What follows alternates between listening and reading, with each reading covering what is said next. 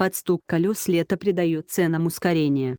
Общество. Бизнес в России 30 мая 17:01 под стук колес. Лето придает ценам ускорение. Общественники утверждают, что плацкартные билеты подорожали почти в 2 раза. Сергей Аксенов. Комментариев просмотров 2518. Фото. Станислав Красильников. ТАСС. Материал комментируют Сергей Ежов. Билеты в плацкартные вагоны на июнь-июль подорожали почти в 1,5 вопросительный знак 2 раза. Результатом ценовой политики РЖД может стать специальное расследование Федеральной антимонопольной службы ФАС. Об этом пишут «Известия» со ссылкой на исследование, проведенное Общероссийским объединением пассажиров.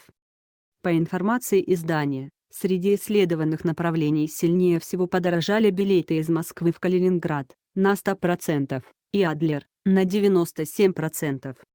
А вот чтобы уехать в Смоленск, надо переплатить всего 49% к прежней цене за билет. В середине рейтинга Петербург и Псков плюс 66%, Ростов-на-Дону и Казань плюс 78%. Действительно, цифры впечатляют. В исследовании упоминается крупнейший российский перевозчик АО «Федеральная пассажирская компания» ФПК, дочка РЖД.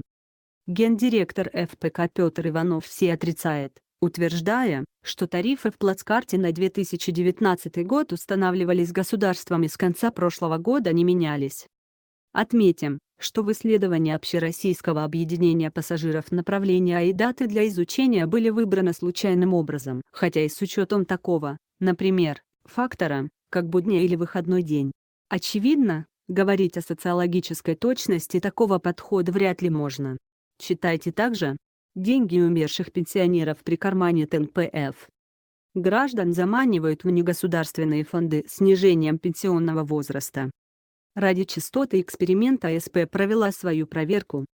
Так, билеты в плацкарт от Омска до Владимира в конце июня и конце июля продаются на сайте перевозчика по цене от 4144 рубля. Со скидкой для школьников 2694 рубля. При этом один из сотрудников нашей редакции приобретал школьный билет по тому же маршруту и на тот же поезд в конце мая за 2518 рублей.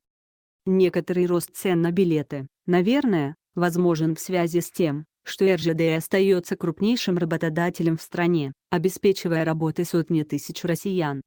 Кроме того, после смены руководства компания активно занялась обновлением вагонного парка. Так, недавно публике были представлены новые типы вагонов, включая плацкартные.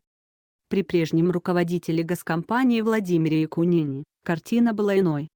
В РЖД пытались сократить дешевые народные перевозки электричками, пустив при этом поезд для богатых Москва-Ницца. Более того, Якунин вопреки закону отказывался раскрывать личные доходы, ссылаясь на то, что это неправомерное вмешательство в частную жизнь. Новый глава РЖД Олег Белозеров таких ошибок пока не допускает. И хотя его личные доходы огромны, в 2018 году глава госкорпорации заработал 220 миллионов рублей, приходится признать, что как руководитель госкомпании он выглядит получше Якунина. Даже гроза чиновников Алексей Навальный практически ничего не смог на него накопать. В отличие от того же Якунина. Представители ФПК и Общероссийского объединения пассажиров продолжили свой заочный спор на страницах СП. Тарифы на 2019 год в регулируемом сегменте были установлены государством в лице ФАС, разъяснила начальник отдела коммуникационных мероприятий и пресс-службы Центра стратегических коммуникаций АО ФПК Татьяна Затова. АО ФПК не может увеличить тариф, но может предложить пассажирам более низкую стоимость билетов во время различных акций. В связи с этим считаем сравнение стоимости билетов во время акций с полным тарифом, которое было сделано некоторыми экспертами, некорректным, предвзятым и вводящим в заблуждение наших клиентов-пассажиров. СП. Как появление новых плацкартных вагонов скажется на ценах на билеты? Никак. Ценообразование в плацкартных вагонах нового поколения осуществляется так же, как и в других плацкартных вагонах. СП. Как в настоящий момент обеспечивается равный доступ пассажиров к билетам. Время открытия продажи билетов на поезда формирования ФПК зависит от маршрута поезда. На большинстве маршрутов продажа билетов открывается за 90 суток до отправления поезда. При старте продаж пассажирам предоставляется вся емкость. В случае отказа от поездки организованных групп пассажиров, предварительно зарезервировавших места, в продаже могут появляться дополнительные места.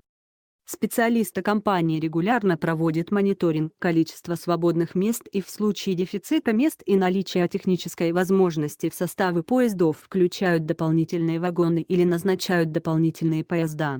Глава Общероссийского объединения пассажиров Илья Азотов: чтобы проверить нас, достаточно зайти на сайт ФПК и посмотреть цены в июне-июле. Они значительно отличаются от той цены, которая есть в мае. СП. Мы так и сделали.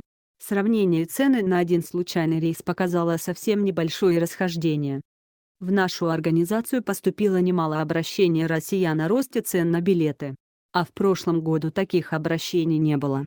Надо понимать, что у нас не было сверхзадачи непременно уколоть ФПК, показать, как они плохо работают. Наша глобальная задача состоит в том, чтобы дать объяснение пассажирам, почему цены так меняются.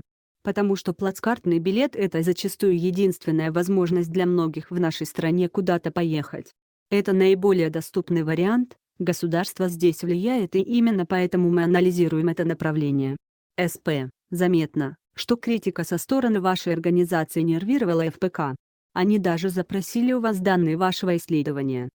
Да, мы им передали все необходимые данные. Они легко проверяются, так как были сделаны скриншоты с официального сайта ФПК. Из этого понятно, когда и на какие маршруты был рост цен. Это исследование мы проводили своими силами. Когда нас обвиняют в предвзятости, нужно все-таки понимать, что мы общественная организация, а не аналитическое агентство. Если ценовые колебания есть, то все-таки не нужно допускать, чтобы у людей возникали вопросы. Эти колебания не должны быть такими резкими. Допустимый уровень – плюс-минус 20%. Онищенко из «Единой России» посоветовал предпенсионерам чуток поголодать. Власть приучает граждан экономить на себе во имя счастливого будущего. СП. Получается, ваша организация – это та самая щука, которая нужна, чтобы карась не дремал. Согласно русской поговорке. Именно так. По мнению автора расследований против чиновников и олигархов журналиста Сергея Ежова, на примере РЖД видно, что давление общества на госкомпании приносит результаты. В последние годы, с момента ухода прежнего главы РЖД, обладателя шубохранилища Владимира Якунина, компания стала все реже попадать в антикоррупционную хронику. Конечно, проблем в монополии наверняка много, имеют место сомнительные схемы и далеко не все безоблачно. Но пространство для маневров снизилось. По сравнению с руководителями других госкомпаний, более прозрачны и доходы Олега Белозерова. Деятельность государственных монополий может и должна быть эффективной и справедливой.